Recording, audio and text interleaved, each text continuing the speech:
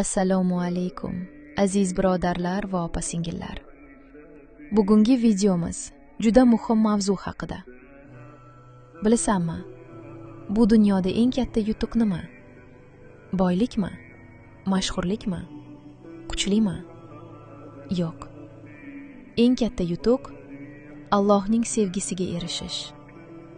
Chunki Alloh seni sevsa, qalbingga xotirjamlik beradi. Ishlaringni barakali qiladi va oxiratda seni yolg'iz tashlab qo'ymaydi. Bugun sizlarga Alloh sevgan 5 xil inson haqida aytaman. Videoni oxirigacha ko'ring. Balki shu sifatlarning biri sizda bordir. Birinchi inson tavba qiladigan inson. Inson gunohsiz emas, hamma xato qiladi. Lekin eng yaxshilar gunohidan qaytadiganlar. Ba'zi odamlar gunoh qilib yuradi va hali yoshman deydi. Ba'zilar esa tavba qilishga uyaladi. Lekin Alloh tavba qilgan bandasini juda sevadi. Bandasi yig'lab kechirim so'rasa, Alloh uni kechiradi. Tasavvur qiling. Tun. Hamma uxlagan. Bir inson yolg'iz qolib, "Ey Alloh, meni kechir" desa, bu juda katta amal. Shuning uchun gunohingiz ko'p deb umidsiz bo'lmang. Allohning rahmati hammasidan katta. Ikkinchi inson sabrli inson. Hayot hammani sinaydi. Kimdir pul bilan, kimdir kasallik bilan, kimdir odamlarning xiyonati bilan.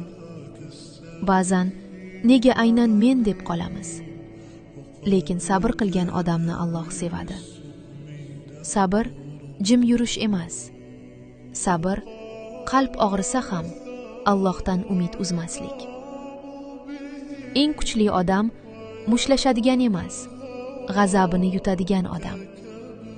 Bir kun keladi. Bugungi sabringiz uchun Alloh sizga kutmagan ne'mat beradi. Uchinchi inson pok yuradigan inson. Islom poklik dini.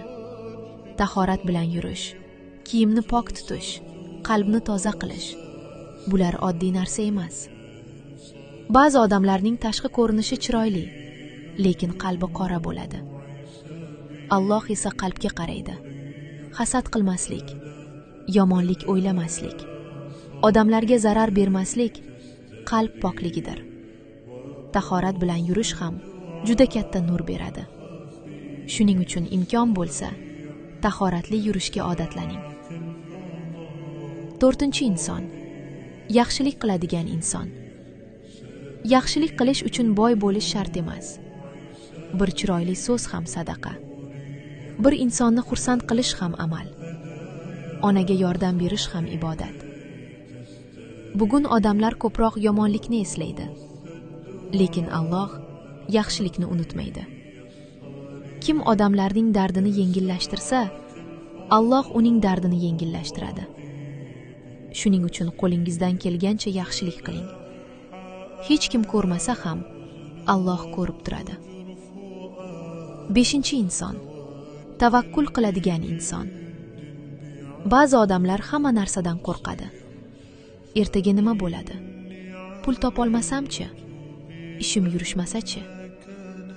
Lekin mo'min inson harakat qiladi va keyin Allohga suyangan holda yashaydi. Tavakkul hech narsa qilmay kutish emas. Tavakkul harakat qilib natijani Allohga topshirish. Agar Alloh siz bilan bo'lsa, siz hech qachon yolg'iz emassiz. Aziz birodar, o'ylab ko'ring. Siz shu 5 insondan qaysi biriga o'xshaysiz? Tavba qiladigan insonmi? Sabrli insonmi? Pok yuradigan insonmi? Yaxshilik qiladigan insonmi? Yoki tavakkul qiladigan insonmi? Agar videodan manfaat olgan bo'lsangiz, bitta like bosib qo'ying. Bu videoni yaqinlaringizga ham yuboring. Balki sababchi bo'lib, siz ham savob olarsiz. Alloh hammamizni o'zi sevgan bandalardan qilsin. Amin. Assalomu alaykum va rahmatullohi va barakatuh.